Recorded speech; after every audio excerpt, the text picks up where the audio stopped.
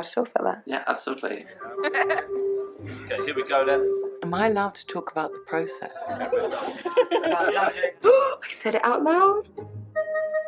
I can't talk about that. I've locked it all away, like in a vault, in an internal vault. This will be on after the movie comes out, so. I know. Good. Fantastic. Thank you. We can talk about it, by the way. Seriously?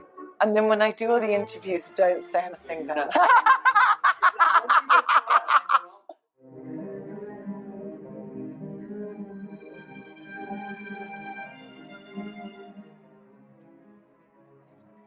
I was just astonished. I mean, I can't tell you. I mean, it was the last thing in the world I expected.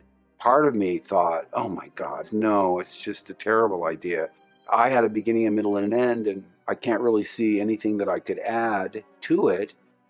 I was surprised. I mean, you know, you think, really? We waited this long? I looked better like 10 years ago. We could have done it then. At the end of the first 3 films that we made, I had no thought whatsoever about revisiting the character or whether there was any ambition to bring the 3 characters back again. Never gave it a moment's thought. If I had been asked at the time, I probably wouldn't have imagined the potential for it. The idea of the Star Wars saga continuing felt like a very unlikely prospect. I think JJ's hesitation was everybody's hesitation initially, which is, wow, I want to do it. I don't think it's something I can do. It's too much responsibility. Who's at risk here? What's the outcome going to be? Who's going to survive this thing? There were definitely tears from me along the way when I thought that I might not be able to do it. I still thought that I was auditioning. I thought this was the last test. I remember being scared of showing up on set and having no ideas. I just remember thinking, oh my God, we are about to shoot this thing and I'm not ready. You don't realize when you start working on a Star Wars movie just how daunting that could be.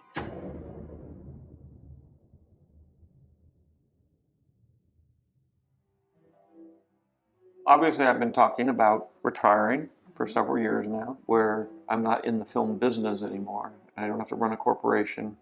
And it occurred to me one day that the perfect person to take over the company was Kathy. And it completely caught me off guard. It was the last thing on my mind.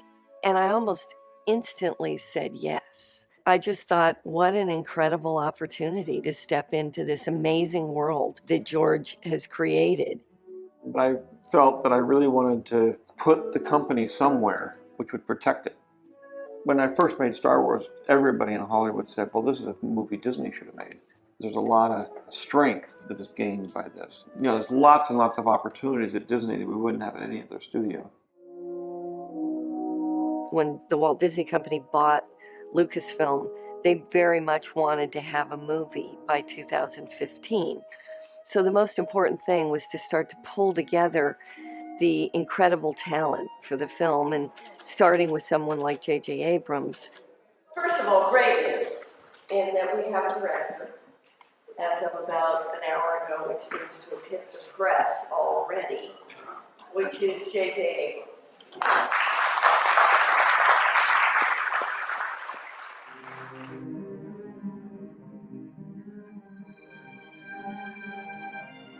When Kathy Kennedy called and asked if I'd be interested in directing this film, I fully intended to say no because I'd been involved in other movies that were sequels, and I just thought I didn't want to do that again. But it was Star Wars, and I knew Kathy. When we were discussing it, there was this one moment that I instantly had the chills considering, which was a young woman. What her story is, I had no idea, but saying, "Where is Luke Skywalker?" It was so titillating, the notion that this character who we all know would be discovered by some new young heroine was incredibly intriguing. It just felt to me like that was a great starting point for a story. The way I approached how we would go about making episode 7 wasn't any different than what we would do with any large tentpole movie today. George really started the idea that you could put together an art department and begin conceptualizing well in advance, and that was something that we definitely took to heart. We brought in Rick Carter as our production designer, who has a long history in working with me. I think we should be considering how to create iconography that relates to this journey these two people are going to take in the next generation. My approach to it, anyway, was to ask a very simple question, first of myself, and then of everybody up at Lucasfilm, which was, how strong is the Force? What's its relevance now? Why make a Star Wars movie now? I felt that that was the right question to ask, and I think the explosion of the response from all the people at Lucasfilm, including the artists, were very enthusiastic about it. And Rick spent a lot of time with the art department that was Industrial Light and Magic. What we would do is we would have sort of weekly check-in meetings with JJ where we'd have a conference call, video conference call, and we would go through the art. JJ is very adamant that we kind of go back to the core aesthetics that made the original trilogy so great. And a lot of that was driven by Ralph and his sensibility. And for us, it's kind of going back home in many ways, both for the visual look and the style of the movie. The idea is not to copy the original films, not at all, but they should look like they're in the same universe. So I'm kind of looking at the designs that are being done and seeing if it fits in with the films. There's going to be a point in this first movie, and of course in this whole trilogy, of rediscovering the power of the Force, both negative and positive. Working with Rick, I asked him to join story meetings early because I wanted someone who wasn't a structuralist, not a mathematical way of looking at a story. It was about taking flight. But he would bring in images based on our conversations that were incredibly inspiring. Some ideas in our story literally came from some of the imagery that they brought in. We had these images that you could refer to, and some of them became kind of iconic, and they informed the real pre-production, with everybody. And they would then go off and then react to that. And it was kind of interesting seeing the way the two things informed each other. Seeing somebody develop a script where almost in tandem someone was sort of illustrating it. It was very familiar to come back here. This is my fourth experience with Lucasfilm, and they've all been very satisfying. Larry Kasdan, he was one of the first people that I picked up the phone and said, Larry, we need you to come back in and be a part of this. And he didn't miss a beat. Star Wars is so much bigger and more powerful than I ever anticipated. The reaction to Empire was so incredible and has remained for all these years. When I was doing Empire Strikes Back, my head was spinning. I really was unprepared for it, and we wrote that script very fast. Now I'm coming back to a tradition that is bigger than anything I expected. I had none of that doing Empire Strikes Back, so it's a very different experience. We would all meet in a writer's room, and it was Michael Arndt initially, Larry Kasdan, JJ, myself, and the development team. It was very much a collaborative effort, but it was Michael Arndt who was going to be putting together the first draft. He usually needs about 2 to 3 years to immerse himself in something and then actually create a screenplay.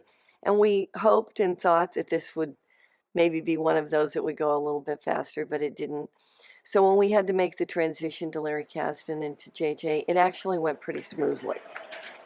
I've collaborated with a lot of people, and this was as much fun as I've ever had. Writing tends to be claustrophobic, airless, and tiring. This was not. The amazing thing about the process was that he took his iPhone with a recorder on, and we walked for miles and miles and miles. I'd never done this before, wandering around, recording conversations. It felt good to kind of be in motion because so much of the movie is in motion. And then, because of pre-production and everything, we wound up doing that in New York, in Paris, and London. It was like heavenly. And the whole time we're figuring out, what's the story going to be? What's the next Star Wars going to be? It was all to serve this one and only mandate that we had on this process, which was that we wanted to tell a story that would delight us and that would give us that spark, that feeling that you have when you watch Star Wars. Right now, we're working off a very unique situation where we have incredible talent. Many of those people did all the Star Wars movies. We're going to have each and every person reaching out and pulling in various people into this group so that they begin to take the baton.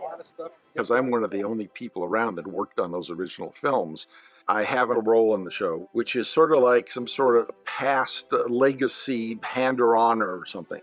Well, I have to say I feel very privileged to have been able to do all of them to this point. And to continue on and do number 7 seemed very natural to me. I've had fun with it, and I feel very good about it. For me in particular, it was really trying to get my head around the sensibility of, okay, now that I've worked on the prequels, I know what the original series are. What is the next generation? What is the next evolution? A lot of people, including myself, have been so inspired about Star Wars and what has come before. I started here when I was 17 years old with a dream to work in film, and it's now 2015. We're making new Star Wars, and I just hope it's inspiring kids that want to be involved in filmmaking. The movie itself is a handoff, to this next generation of characters that are in the Star Wars world. And behind the scenes, there is a new generation led by, Kathy Kennedy. It's quite on theme for what the movie is, bringing together the old and the new in a really seamless way. The most important thing in the master apprenticeship kind of role that we were all in, obviously George created Star Wars, but all of us had to become, in a sense, students of Star Wars. A real understanding of the history of Star Wars, that was really important. We needed to understand the rules. And once we understood that, then we could branch out.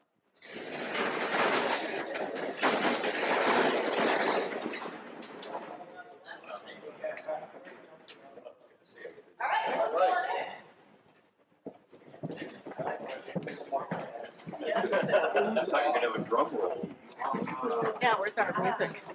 Approaching a movie like this is like approaching something that really happened in history.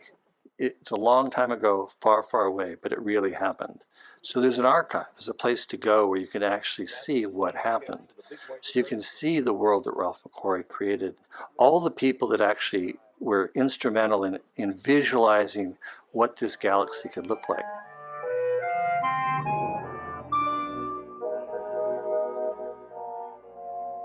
There was a feeling when I was a kid, when I saw Star Wars for the first time, that it was all practical and real. I mean, there were things like being outside the sandcrawler and seeing those treads, those massive treads right there. It was a physical, tangible, real thing. You knew it when you saw the movie. So we wanted to go back and embrace the look of those original films, which was all part of the feeling of how they were able to transport you into that universe. Trying very true to be almost like a period piece, to really put the audience back 30 years after Jedi. So it's really doing a period science fiction film, which is really fun.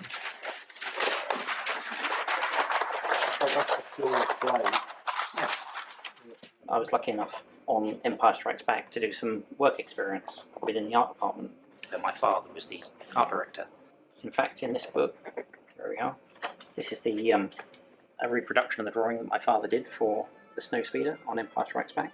I couldn't believe that when I first came in and spoke to him here at Pinewood, he said he was working on drawings that I'd done 36 years ago. And you think, I can't believe they would still have this stuff. So it's wonderful that they had some of the drawings that we'd done all those years ago. I love characters like this, they feel like they're just sort of, I believe them and they'll sort of blend in.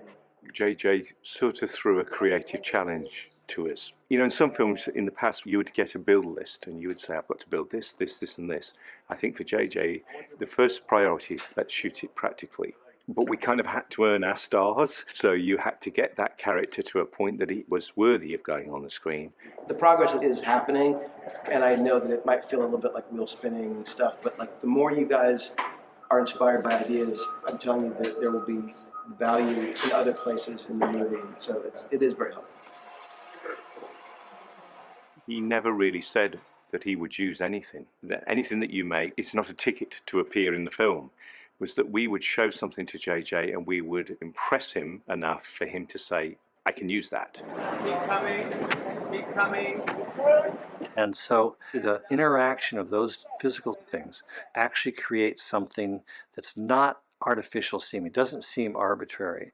And then, of course, so that will be augmented by the visual effects. You film what you can, and you build what you can. And then if you want to see more, we have this wonderful magicians of ILM that will come in and say, well, of course we can see more. It was great to hear that they were going to try and do as much on set as possible, because, you know, real is hard to beat. We always try and augment our CG with live action elements. It gives a greater sense of reality, of course.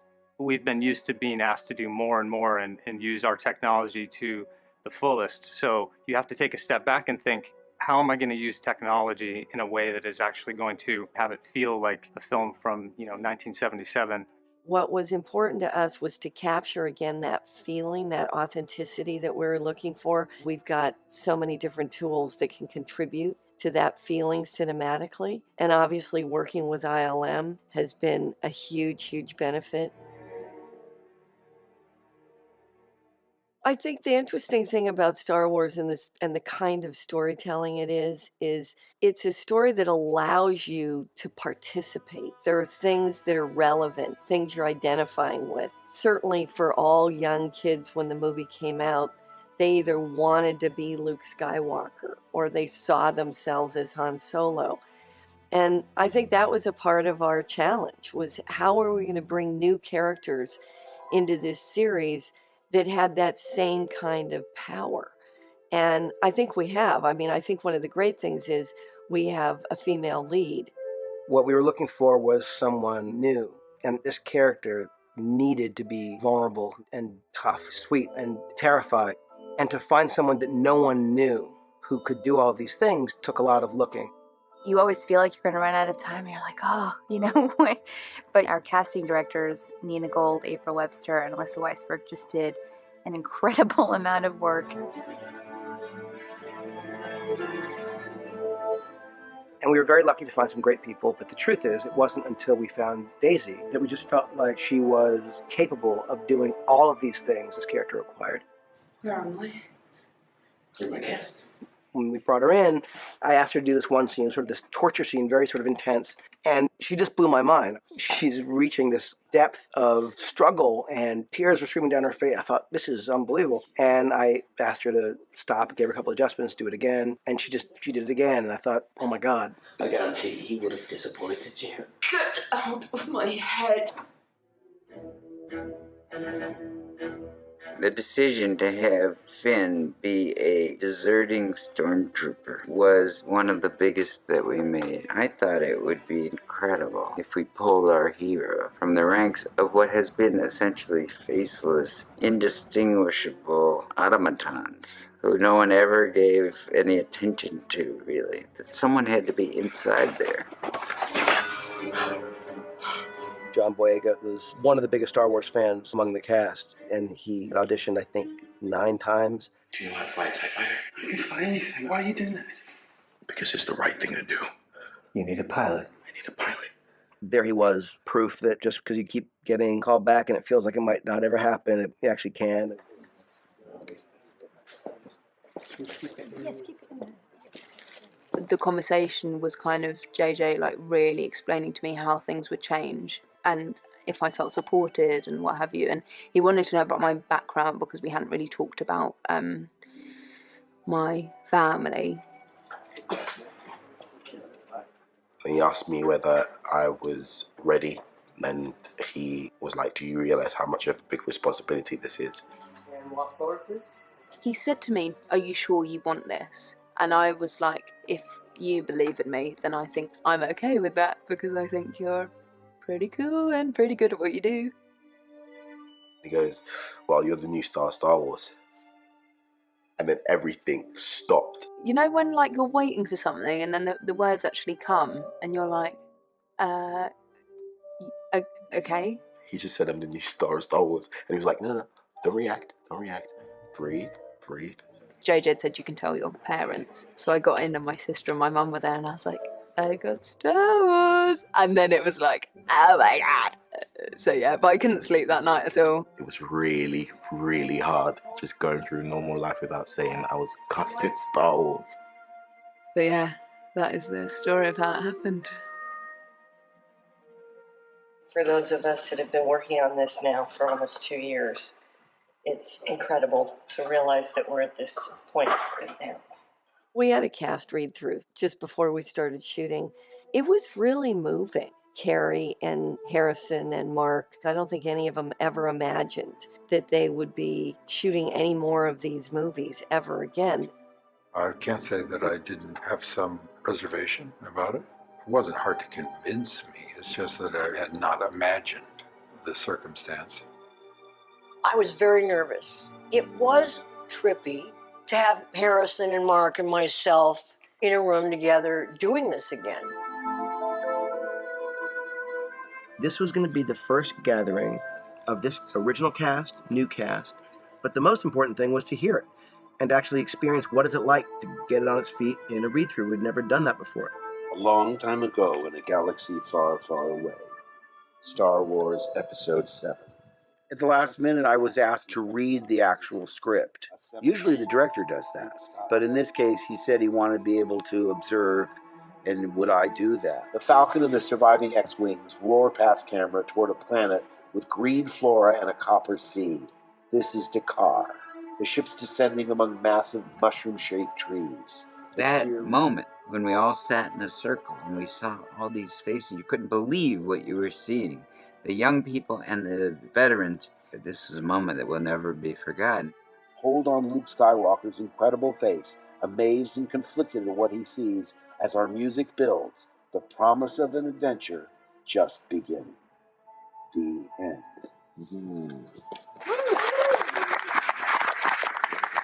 On the one hand, you had this sort of out-of-body, oh my God, I'm in this place with this crew. On the other hand, you had the most sort of primal terror of, oh my God, it was also the beginning of production. That moment is like when you're at the starting point of the wagon train, you know, and everybody's gathering. You say, who's that? And who's that? I don't think we ever really felt like we were ready to go. I know probably somewhere deep down they felt like, is this going to work? We're going out to face who knows what.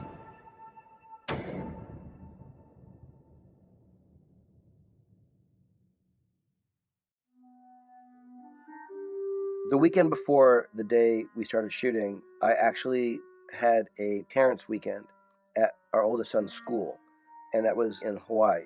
So the night before shooting began was sort of a race back to the location. Among the good things about that was literally not having downtime to really worry about it. What I remember feeling was incredibly hot. It was about 120 plus degrees Fahrenheit. It was a beautiful, beautiful desert location, really incredible, but tough for everybody that was in any kind of costumes, that kind of thing. It was a very tough way to start, but it looks fantastic.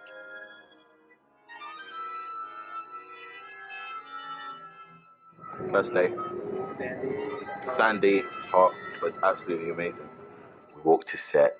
I see this huge, life-size TIE fighter crashed in the sand. For me, it was just amazing just looking around and taking it in and saying, I am here. We are about to film this movie. And J.J. Abrams, with his enthusiasm and his energy coming in and saying that we're starting Star Wars Episode 7. I just want to say the obvious, which is that we are here on day one of Star Wars Episode 7. Yeah. How incredible is that?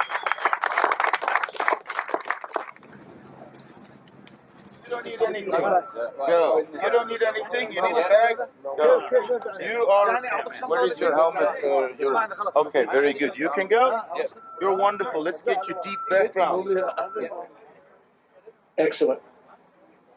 All right, should we rehearse one more time? I just remember I was told that, oh, Daisy's doing her first scene. So I was just like, okay, let me go down and go see it. What was the first scene when I was scrubbing the thing? My arm was aching. I know. I was just relaxing and you were just working so hard. And you were just there like this. My arm was aching and I kept not being able to get it right. Oh yeah? my God. When we got the first actual scene, it was exciting to see what she was doing and to hear her interaction with JJ. Here it is. These are the dailies from the first day of the new Star Wars film.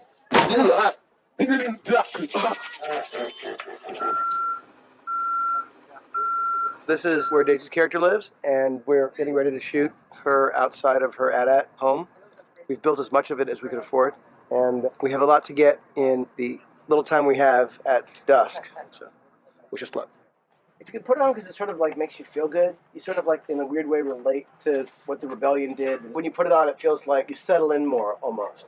Okay. When you put it on. Abu Dhabi was really hard at the beginning. I'd obviously never worked on this scale on anything. And because the first day was just me, it felt like quite a lot of pressure. Action Daisy! My God, you could literally feel the sand burning through your shoes, which was crazy. Set and camera. Wake up! Then obviously Finn has to be in the stormtrooper outfit. So let's just say it was a combination of sweat, passion, ice cubes, and a lot of water. A lot of acting involved, but at the same time, not a lot because it's hot. I'm exhausted. The location we ended up on was just so stunning. The sand dunes were breathtaking. So to be able to shoot widescreen cinema out there was, for me, what I personally love to go to the cinema for, is to see locations, places I don't get to see all the time. What was made clear to me very early on was that it was going to be shot on film, which is something that I love. I love working with film. When you're making Star Wars, there's really no choice but to shoot it on film. You have to, because the originals were shot on film, and it's very much part of how we remember them looking and feeling. There's something that you need to capture on celluloid, no question. What you brought me today is worth 1/4 portion. It's about 40 degrees, I guess, so it's hot in there, but it's Star Wars. I'd burn for Star Wars. I've worked with JJ many times. When I heard that he was doing Star Wars, obviously I was immediately on the phone like, what? What? I sort of said, I've got to come visit. And he said, yeah, maybe you should do a voice in it or something, you know, like be a droid. Because I kind of thought that being in it as me, as my face, I think people go, oh, that's him from Star Trek, and it might spoil it. So I was kind of torn because I was desperate to obviously at least be part of it in some way. And then we discussed the idea of me playing a character who was in full prosthetic, which meant I could have my space cake and eat it.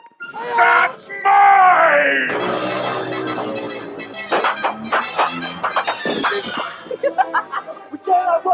We might in that wood jumper.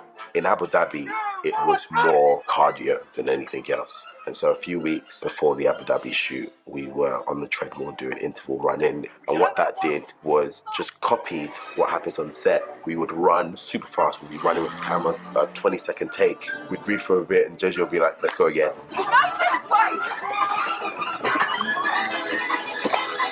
And cut. Without the guys we were training with, there's just no way. Neither me or John would have been able to get through Abu Dhabi. Keep me in shape. Keeping the girls. It was really hard. The actual hardest bit was when it was soft sand, hard sand, and one of the last runs was just a mix of the two, and that's just like a killer on the legs. Like it was almost a relief when there was explosions, because you knew like there was only so many times that you could do the running. 3, 2, 1. Oh, bang!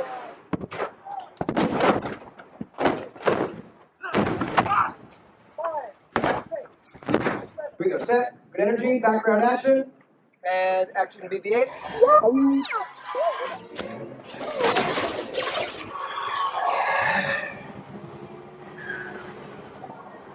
We just ran BB-8 from the gates to escape from the TIE fighter attack, and I wasn't quite expecting that today.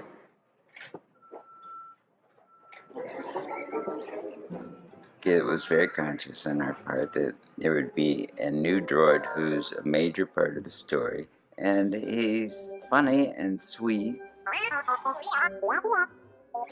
I didn't go through the film thinking, oh, this is going to be iconic. Oh, BB-8's like our version of R2. I never really thought of it like that. I was just like, oh, you're so cute.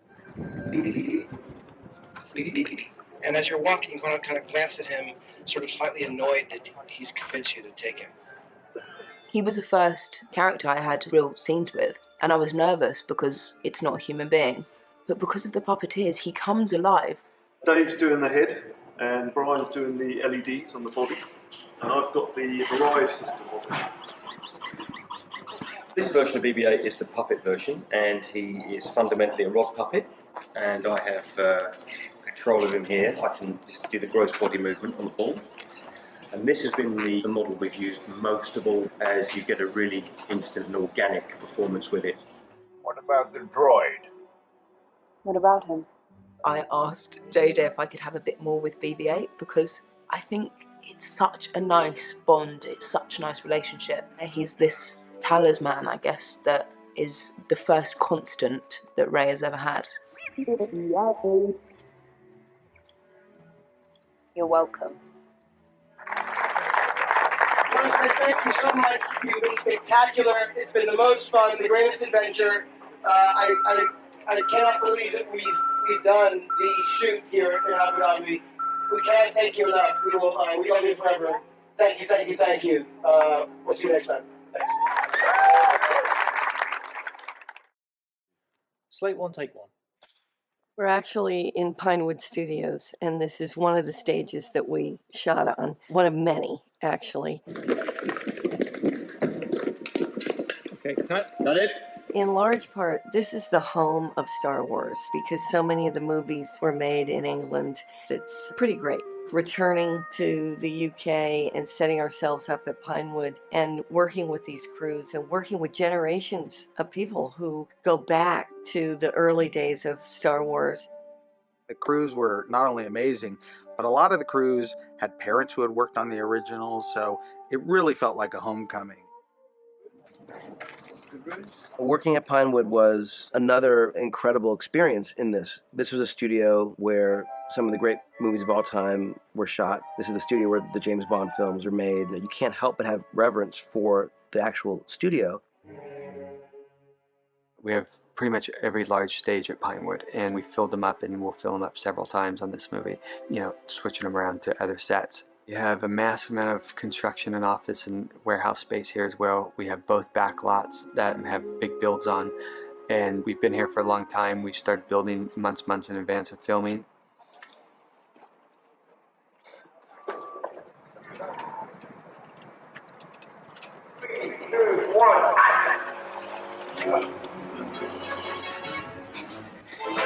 We were very fortunate when we got Oscar Isaac to play Poe's character because the role of Han in the first 3 movies, he's the one that draws your eye because you don't know what he's going to do. It's an archetype that all of us like.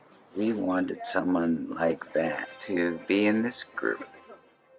There's definitely elements of Han Solo in Poe. The cockiness of a fighter pilot, because fighter pilots are, these guys are incredible. The amount of things that have to be going on in their head at once. Originally, Poe was going to die early in the film, and that was the script that Oscar saw. And one of his issues wanting to do this movie was that he'd made like 4 movies in which he died early on. And he was sick of dying early on. A week or so later, JJ wrote me and he said, "I've got it figured out, Poe's in the rest of the movie now." And so this idea that Poe comes back was something that was added later, which obviously for me was incredibly exciting and fantastic. I get to live. Going forward, what he'll add to the fight against the First Order will be really exciting to see where that goes. Boom!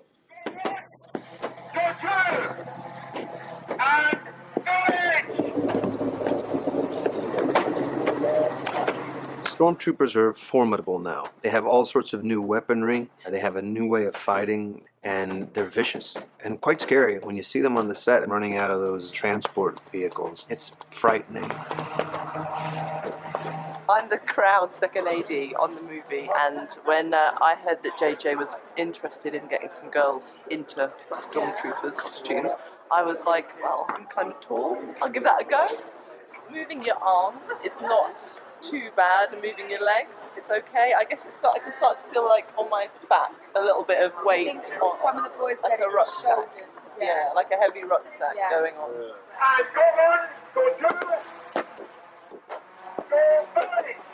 That was really exciting. Really exciting. I was a bit worried about getting up the hill because once the momentum's gone from going down the slope, going back up again is pretty tough. I'm absolutely loving it. It's like I feel like a child playing goodies and baddies and shooting lots of people. It's great.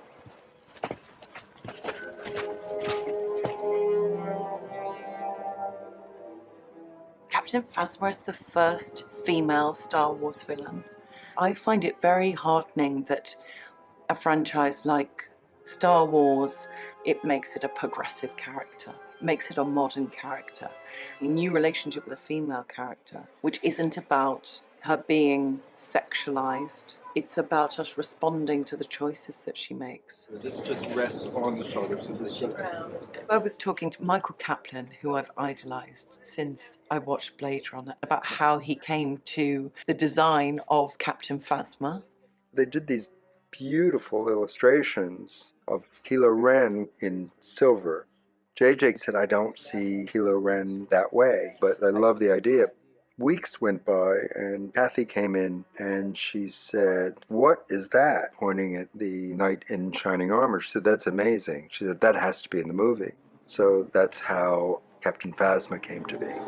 I was told that I was going to absolutely love my costume, and they put the helmet on me. I looked in the mirror and I think I just giggled quite a lot. I thought it was great that they had not feminized the armor. I thought that was fantastic. But I thought it's good to know there's a woman in there. So maybe subtly I can let that come across in the way that she stands, in the way that she holds her body. It isn't sexualized, but there is something occasionally of a femininity to give this character a little bit more of an identity. The name came because looking at the chrome design of Phasma's uniform, it reminded me of the movie Phantasm. And there's this chrome ball in Don Coscarelli's film, this kind of devil ball with spikes on it. I always loved the design of that. So when we were looking at this, I thought, Phantasm and Phasma. And it was a weird name, but it felt like a fun Star Warsy name. So, the villagers. Kill them all.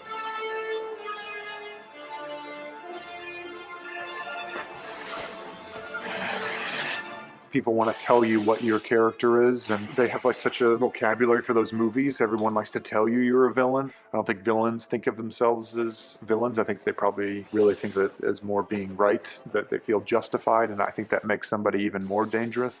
The villain in training is interesting for me because in talking about villains in Star Wars, you don't and can't get better than Darth Vader. It's sort of the thing. They had created an image that was unmistakable. You don't need any explanation. The guy walks through the smoke, you get the whole thing, and he's the most threatening villain of all time. The idea that this is a character who's influenced by that darkness started to allow a masked villain, which feels essential in a Star Wars universe, to take form and not feel like we were being naive and acting like there wasn't a Darth Vader. Maybe putting on the mask makes him feel more powerful. It makes perfect sense that this guy has had a huge impact on everybody. And yes, this figure looms large for our villain too.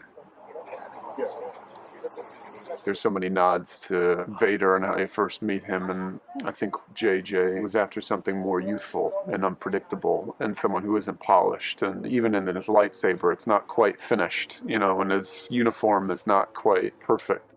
He was by far the most difficult character to nail down. JJ was our barometer. He looked at hundreds of sketches, and the design that we had in the helmet, suddenly we thought of it as being chromed. I liked the idea of light being reflected. It was an interesting process that I've never done before, to be able to tell a lot of story without actually being seen. And then what is the difference when he takes off his mask? What do you find?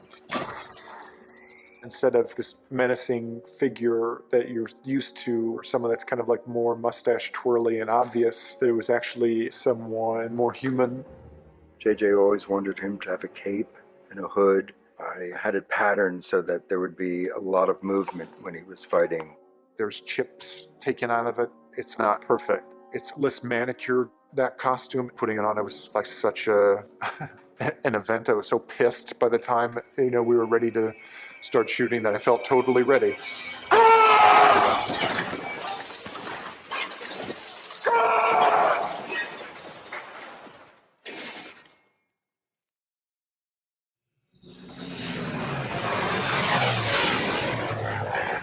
The Millennium Falcon is as much a returning character in this movie as any of the people. And there's a very weird feeling about going back to something you know so well. It's a little bit like if you were to say, I'm going to open this magic door, and behind that magic door is your bedroom at 9 years old.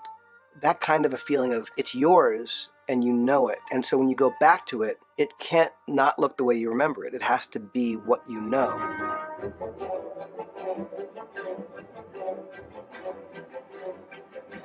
So our art director, Mark Harris, who worked on Empire, was like a scientist forensically recreating the Falcon.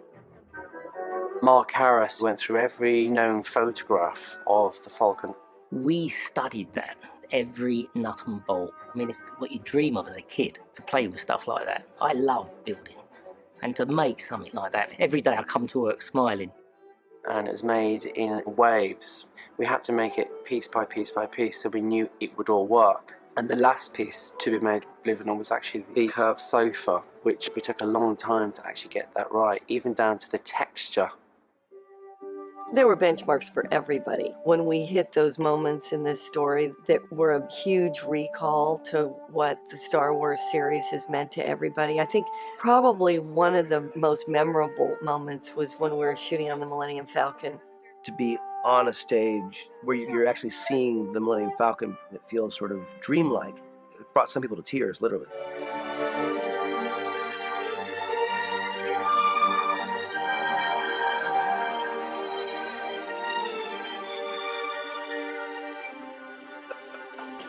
Oh my gosh.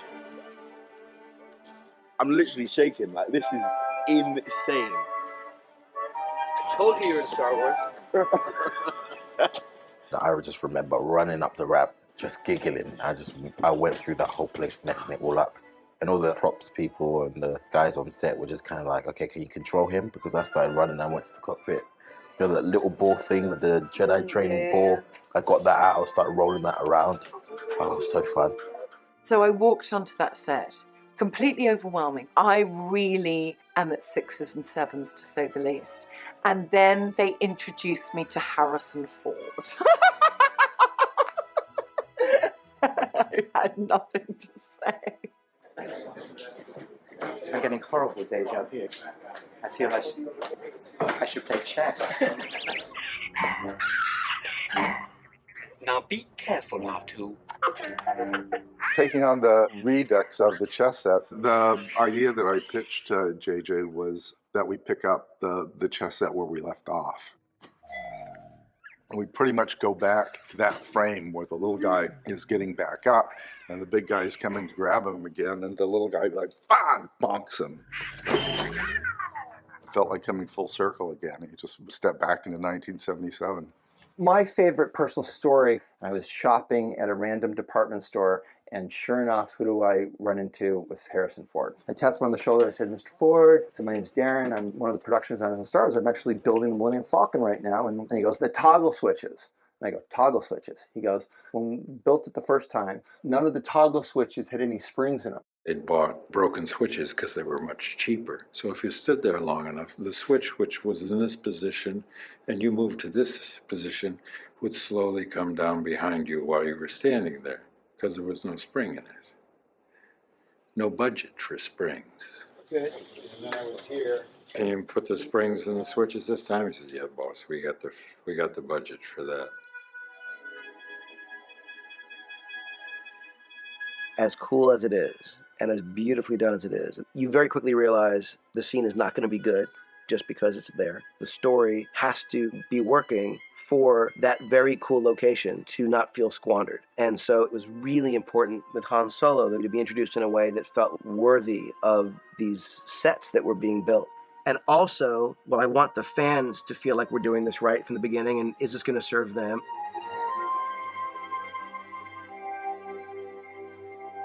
Everyone was waiting for the line, which was Chewie, we're home. And we had given it the whole day because JJ really wanted it to be perfect. Han and Chewie entering the Falcon. I turned around and there must have been 200 people standing behind me, all staring at the monitor, wanting to see Harrison come into the Millennium Falcon for the first time. That was a huge moment. And camera, action.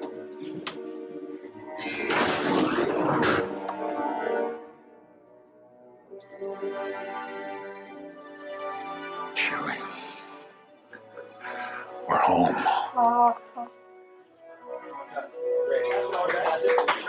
Check Mike, please, Lewis. Mike one.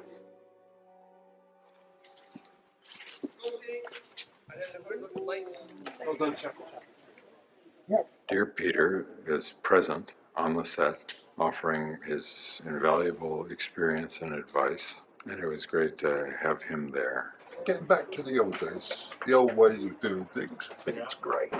I wasn't walking very well because I tore a tendon in this knee about 2 years ago. That meant a knee replacement.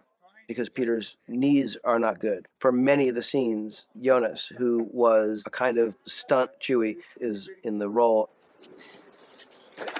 When I put on the suit, I start rehearsing. I start doing what Peter does, and like these little wobbles and these Chewie-like awkward things that he does. Awkward but lovable.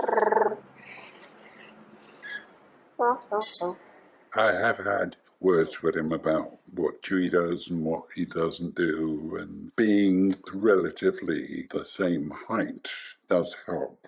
I think I'm a little bit shorter than Peter was at his prime. At this point, I'm 7 feet. I believe he's 7'2". Okay, yeah. I'm glad that they've given him the opportunity to be able to come and do as much as possible and get the old gang back together again. Well, you tell him Han Solo just stole back the Millennium Falcon. For good. We're about to shoot the scene where it's just a little private moment of him in the cockpit. This is a kind of sweet little privileged moment to see him alone, taking it in, reunited with the ship that he loves so much. I'd been away so long, I looked at it and said, this doesn't look right. Was this here? And they said, yes. I said, I don't remember that. But okay. I've spent a lot of years here, and it was fun to see it again. There are things I remember about the cockpit and some of the funny stuff we went through. Without precise calculations, we fly too close to a store, sort of bounce into a supermarket, and then...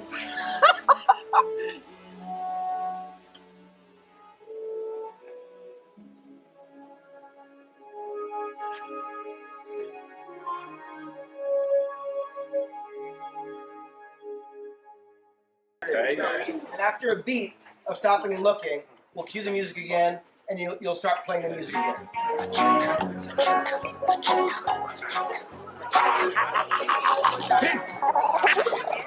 We wanted to develop a whole story that the castle was a place where people could come to escape and find a home with Maz. It's a communal place to make deals, plan heists. Han Solo! Hey, Maz! Maz, she's 4 feet tall, but she runs the joint. And everybody knows that. She's a woman who challenges people to find their purpose. You've been running away from this fight for too long. Maz was a character that you meet at the moment in the film when things kind of come to a necessary pause. And she was inspired by a teacher that he had. JJ had this legendary teacher named Rose Gilbert. They're like, Maz's character's going to be Rose Gilbert. We've had pictures of Rose Gilbert all over our workstations when we were drawing. I definitely think that the spirit of her is very much present in that character. We initially talked about doing her as a character that was going to be performed with a puppet. Then we talked about doing it as an animatronic character, and then we realized, A, we hadn't found the design early enough that we all agreed on, and B, it felt like it was actually going to be limiting. Well, I know that JJ has been fascinated with motion capture, And it was something that he was really keen to have in his film. The embracing of the old guard of doing things and the new. CG has gotten to a place where if you have a good enough team doing it, and we have the best in the business at ILM, then you're able to have it be indistinguishable from what's real. And action. On set, everything feels so real. And then there's me in this head cam walking around covered in dots. There's 149 dots put on my face every morning. It was the most alienating thing in the world. Because there are lights shining on my face, everybody is drawn to look at me. And you're still trying to figure out how on earth you're supposed to be a completely different person in this suit. Is that cool? The principal photography for me has been like a technical rehearsal. And then there's a whole other process in a volume where we zero in on my performance and get the nuances of that. I became part of this whole thing from two different angles, as an overseer, if you like, or a consultant to do with performance capture. And then, of course, I was also playing the part of Snoke, the nemesis character and general and leader of the dark side in this particular version. If Skywalker returns, the new Jedi will rise. One of the things that JJ was very, very keen on was not to fall into the trap of over-characterization, you know, pushing it too far. It can end up being a caricature if you're not careful. We will stop them before they reach Skywalker. Go. Oversee preparations. Yes, Supreme Leader. I was 25 foot up, sitting on a throne, very divorced from the rest of the actors, my voice coming through speakers. It's not like you're standing next to another actor and relating to them in a more direct way. So it is easy to push the character really too far. It doesn't feel yet right. Andy has been a great support. He has encouraged me as much as possible to let go of the oddness of the things I'm wearing and just find the character as I would in any other circumstance. Solo, what is she doing? I don't know, but it ain't good.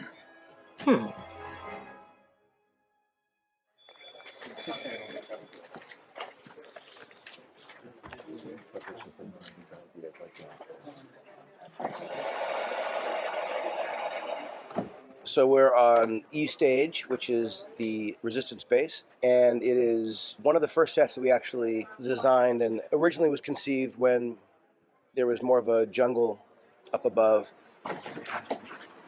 But the idea of the roots was something that I loved so much, feeling that it was really underground, and part of it is that sort of, obviously the kinship with the original Star Wars jungle base. We would have vines and roots intertwined with cables and the kind of makeshift base that the resistance has.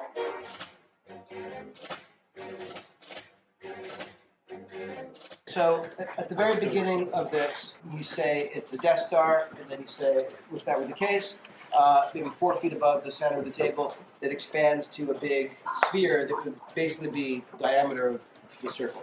That's why I say it's dark. The scene that made me feel like, oh my gosh, this is crazy, is when all of the casts are around that table planning. I just want to say one more thing when everyone's done. The moment that meant the most to me personally was Akbar was on set. Step, Sam. Step. And, you know, security's been so tight, we're not allowed to take pictures or anything, but I had to take a picture of Akbar on set and show it to my brothers because we loved Akbar, you know, it's a trap. How is it possible to power a weapon of that size? It uses the power of the sun. You see General Akbar speaking, and you couldn't buy this as a Star Wars fan. It doesn't get any cooler than that. I can shut down the shields, but I need to be there on the planet. I mean, that scene was incredible, though. Poe Dameron's there, Harrison was there, C-3PO, Princess Leia, R2-D2's in the corner. This is R2-D2's tank. This is Lee, this is Oliver. Both guys responsible for making the R2-D2s on the film. We brought in fans who were also people working in the business, so we had different degrees of obsession. I just studied electromechanical engineering and needed a hobby, so I joined the R2 Builders Club in 2003, and it wasn't until sort of 2007 I actually had my R2 almost finished. I went to Star Wars Celebration Europe and we had sort of backstage passes, and I was very cheeky and asked Kathleen Kennedy if they were making a film and they needed any droids, contact me. And then a few months later I got an email, and here we are. Oliver kindly invited me to join him on board with this job. Coming here on a daily basis, 5 days a week, I don't take it for granted any second I'm here. You know, it is unbelievable. Anthony Daniels came over mid-shoot and said, you know, what a good job we'd done and how they compare to the old ones. He was impressed, which was a big compliment from someone that's worked with so many R2-D2s. BB-8, you're wasting your time. In the first film, in episode 4, 3PO, his left leg was silver. And the idea was that 3PO had a history. Star Wars didn't just happen out of nowhere. It wasn't page 1 of a new story. But you were kind of tuning into a chapter here.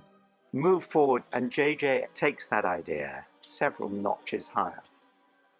I wanted to make sure that when you saw 3PO in The Force Awakens that you knew it was from this era and this moment.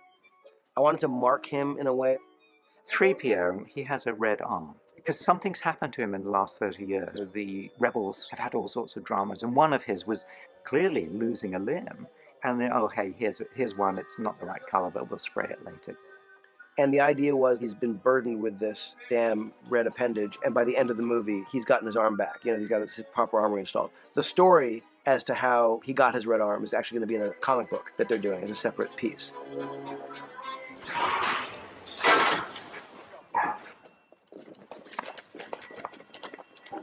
Destroyed. Maybe the one chance we have of finding my brother. She hadn't acted in a while. You know, I think she was nervous going into this. It was basically the worst day I've ever had on a film set in my life. Then it ended, and I got to go to sleep and come in another day, and it was better. Once we started to do it, she seemed to fall into it very easily. To bring a character to life that you hadn't played in 30-some years. I mean, I understand for all of them how daunting that could be. Jerry's an amazing and unique person. I'm trying to be helpful. When did that ever help? And don't say the Death Star. We don't see each other that frequently when we're not working, so it's fun to catch up, and they've written some really interesting scenes for us. You could always see him clearer than I did. I don't know what I saw. Can you imagine those two people together? They were good initially, and then they reverted to type. I went back to the only thing I was ever any good at. We both did. It's about these two people who loved each other, who came together, but whose natures were always very different. You know, the idea of Han remaining in one place is hard to imagine. The idea that Leia would stop fighting for the cause and a greater good, that's hard to imagine. But they had this kid who was born with equal parts good and evil. He is someone who is broken. Forgive me. I feel it again. The pull to the light. There's nothing more powerful than genetics. If you really imagine the stakes of him in his youth, having all these special powers and having your parents kind of be absent during that process on their own agendas, equally as selfish. He's lost in the world that he was raised in and feels that he was kind of abandoned by the people that he's closest with. He's angry because of that, I think, and he has a huge grudge on his shoulders. But it's more than just having sort of a bad seed as a kid. Snoke had targeted this kid who knew that this kid was going to be incredibly powerful in the Force and wanted him as an ally. So this mother and a father had a target for a son. Someone was watching their boy, and these parents aren't there enough to guide him. You're his father. There's still light in him. I know it.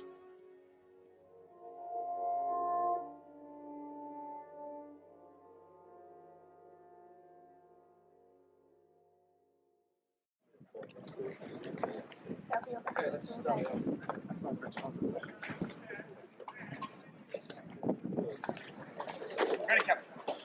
I get it. But it could be. I mean, it could be like this. The fun of celebrating the return of these characters that we know is certainly a part of this movie, but I never felt like we were telling a story about Leia, Luke, or Han necessarily. It felt like a story about a generational handoff, that this was really a story about Rey, about Finn, about Poe, about Kylo Ren. And you can't have that handoff without cost. Background. You know, no matter how much we fought, I've always hated watching you leave. It needed to serve this purpose of giving our new characters the mantle. And that was a big, scary decision. If you see our son, bring him home. So we had to deal with that, and there was a lot of discussion about it, and JJ and I went back and forth and talked about a lot of different things, and this is where we came.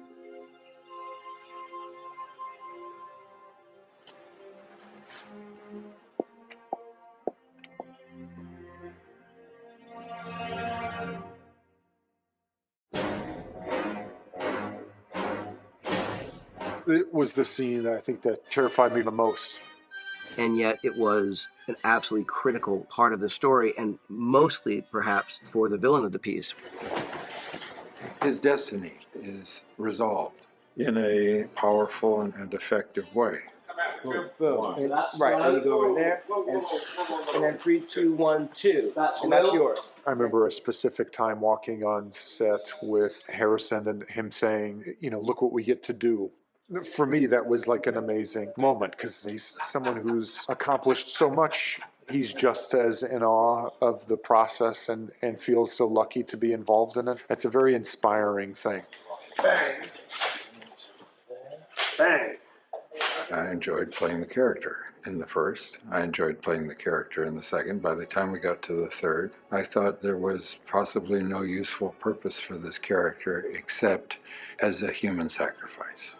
It's not that I wanted Han Solo to die. I wanted Han Solo to be able to lend some significant emotional weight to the story. I was resolved to be useful and to pass on responsibilities to others and get out of the way.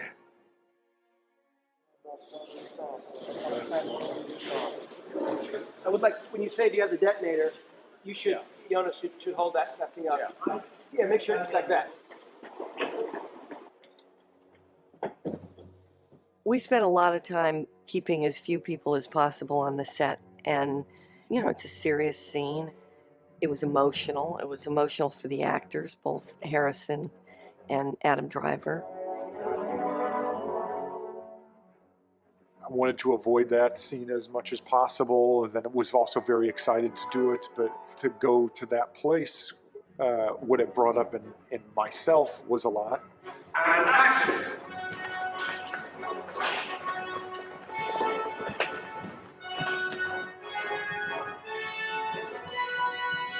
We're not kidding here. This is serious stuff, and we wanted it to be right. You have all these things that are going on in your head, but that really goes away when you're staring across from that other person.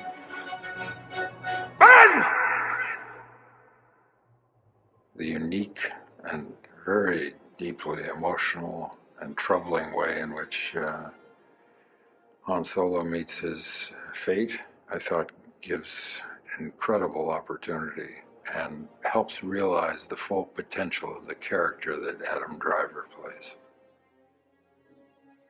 He was so generous that there really wasn't much I had to do other than respond to him.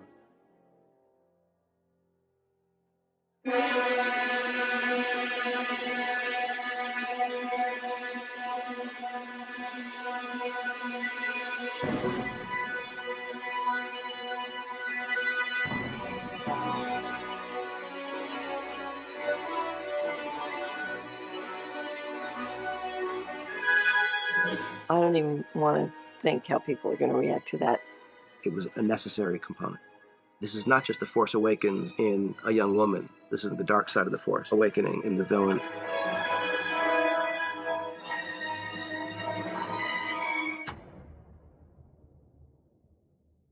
So ladies and gentlemen, this is a moment for you to acknowledge It wraps a man who was a hero to us before this movie, but he's even more so today. And I cannot thank you enough for the gift of you in this movie. We love you. Harrison Ford.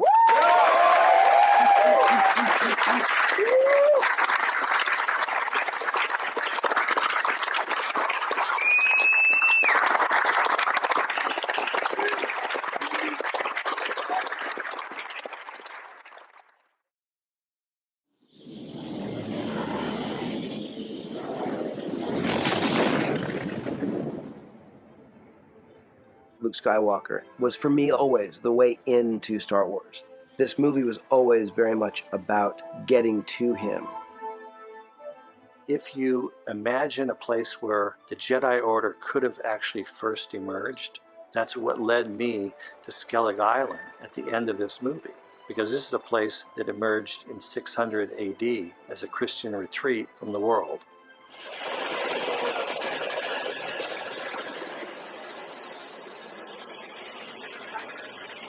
It's an ancient site of a monastery, and it's like nothing you've ever seen, ever.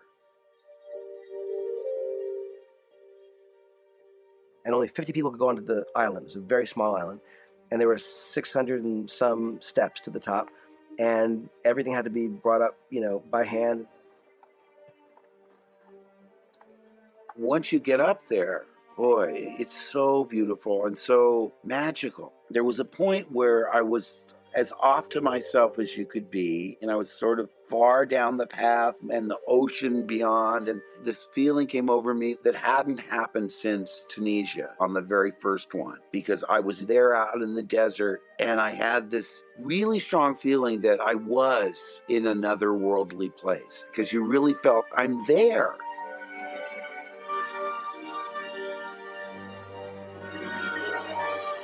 Skellig was the first meeting of Rey and Luke, and so late on, there's such a big build-up.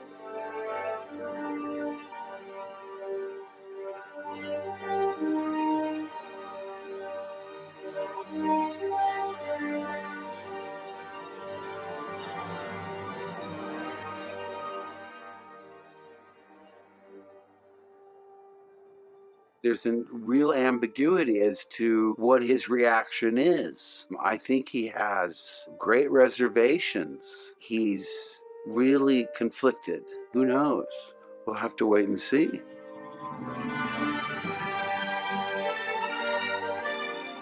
While this was never his story, this movie, it was all about him. It was all about how critical Luke is to the continuation of this amazing story. So what I'm most excited about is the story of Luke Skywalker and where it goes.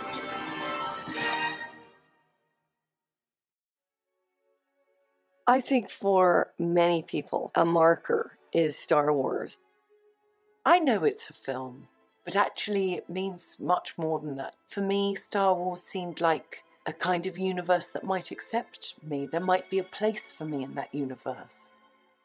People love it so much. It is a family experience. That's what it is. It's not even a movie. Just families do Star Wars together. It's a verb. I don't think there's anything quite like it in the history of film. We have the opportunity over decades to take the same material, use it again, and add something to it and revoice it and rework it. It's been a challenge, and it's been fun, and it's been certainly a privilege. I think in the end, I have to say that I just feel very grateful. This is like an opportunity to thank everyone for a lifetime of support, of love. If it weren't for the fans, we wouldn't be sitting here. And I've never forgotten that. The other day, I was looking at that original poster, and I was remembering there was something about Star Wars that made me feel like anything was possible, that like when you see that star field, it felt like every point of light was a story. The value that people place in these stories is deep and abiding. These stories have been passed down in families from generation to generation. It becomes valuable as a family experience, and so it's passed on like family history. If you enjoyed this episode, and frankly, even if you didn't, don't forget to subscribe. Do it! And if you want to help spread the word, please give this video a thumbs up and tell your friends to subscribe. Please check out the official Star Wars Coffee merchandise, and don't forget to check out all of the content playlists on this channel, including The Rise of Skywalker, The Mandalorian, and much more.